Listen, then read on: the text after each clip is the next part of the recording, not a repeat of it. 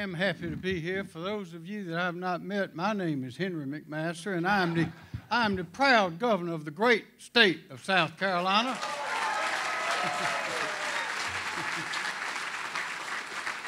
And by the way, thank you very much. Thank you.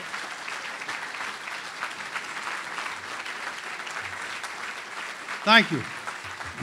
I got so much to say, but I can't do it. Just have a few minutes. But I do have to say, in this job where I've been for a few months, and for a couple of years before that in the Lieutenant Governor's office, and then for about 8 years as Attorney General, I've had the chance to meet a lot of people from around the country, and especially lately from around the world.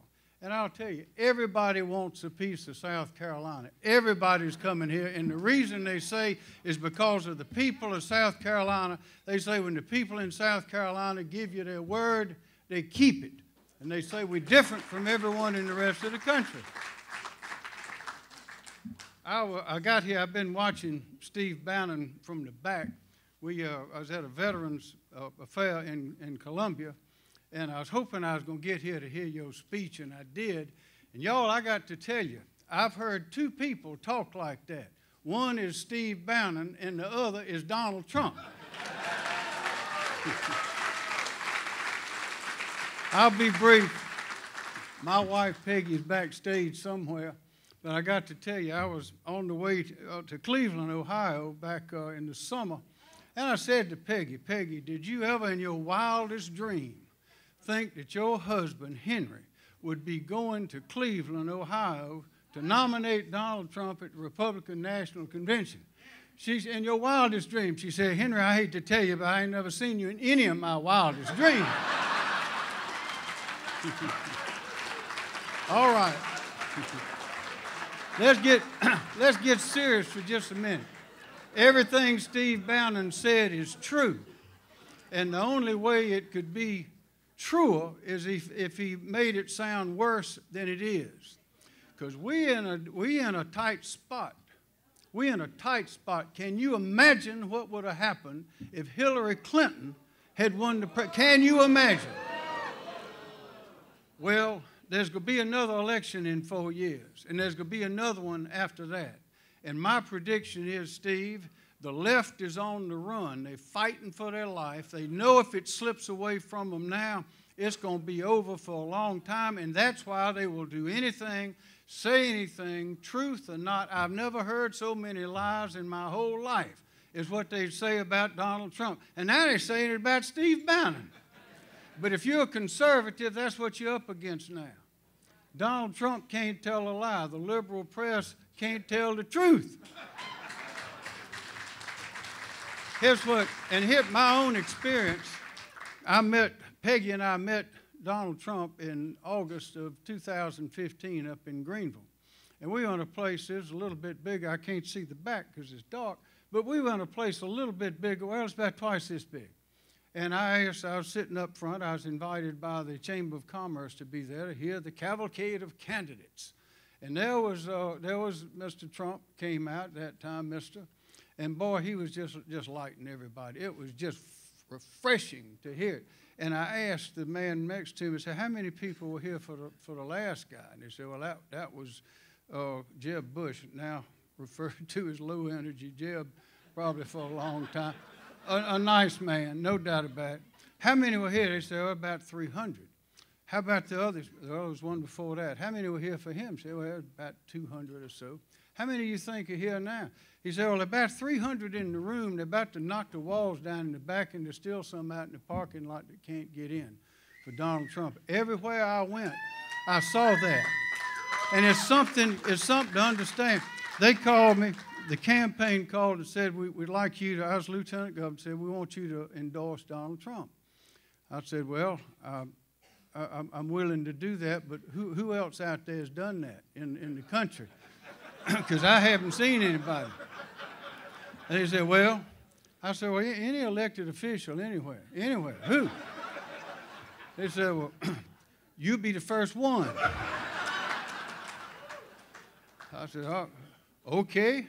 Well, I talked to some friends, And ladies and gentlemen, I was introduced in the Rotary Club as the biggest moron in South Carolina because I had endorsed Donald Trump. But ladies and gentlemen, on election night at about 2:30, I automatically quickly turned into a supreme genius in South Carolina. So let me tell y'all, young people, this is not going to be easy. And as Steve Bannon said, you're going to have to carry the ball. And they're going to be coming at you. And the truth doesn't matter. They're going to be coming at you. And they're going to have some allies. One of them is the courts. Have you read the decisions of the courts, the federal courts especially? Our own Fourth Circuit Court of Appeals is turned into one of the most liberal courts in America. It is hard to believe the decisions that they write. And I got a 50-pound, 8-month-old English bulldog back at the house, and he could write a better opinion than I have seen coming out of these courts. And they're one after another. There was one on President Trump's ruling, his executive order on the terrorists coming into the country.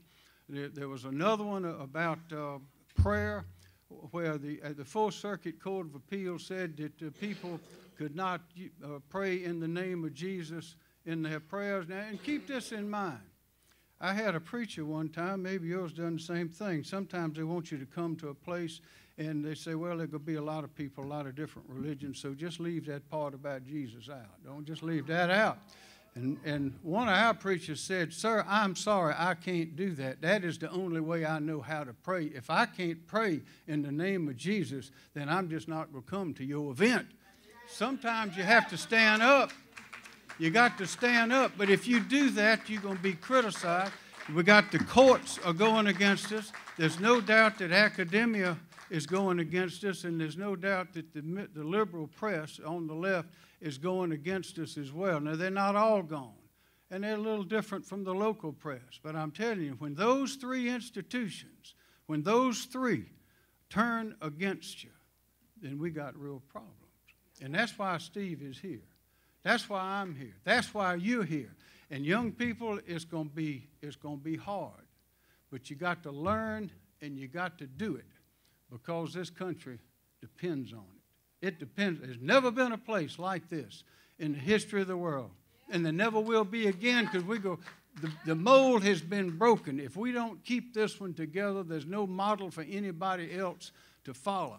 And we've got did you know in South Carolina there's a law that says in high school and college they must teach 1 year of the Declaration of Independence and the Constitution and the Federalist Papers to the students?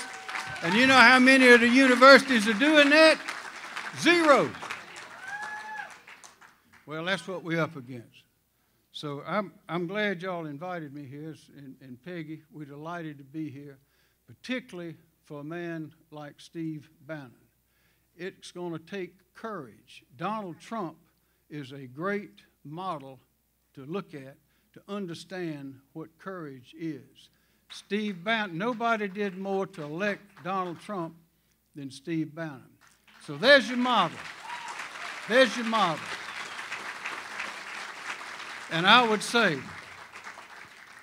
do it as if your life depends on it, because it does. And that's why I am thrilled to be here to participate in awarding. You saw the film about Nathan Hale, 21 years old, I think. 21 years old. I've written, I have but one life to give to my country. How many of us have ever said something like that? Well, it's time to start talking. It's time to take a stand. It's time to get out of the bleachers and get down on the field because it counts. So it's a thrill for me to be in this great place. The Citadel is a place of courage. The Citadel is a place of honor. And the more institutions we have like this, the more young people that we have like this that understand what it's about, the better this country will be for our children, their children, and thus the better the world. So the 1917 Nathan Hale Patriot Award is for none other than Steve Bannon.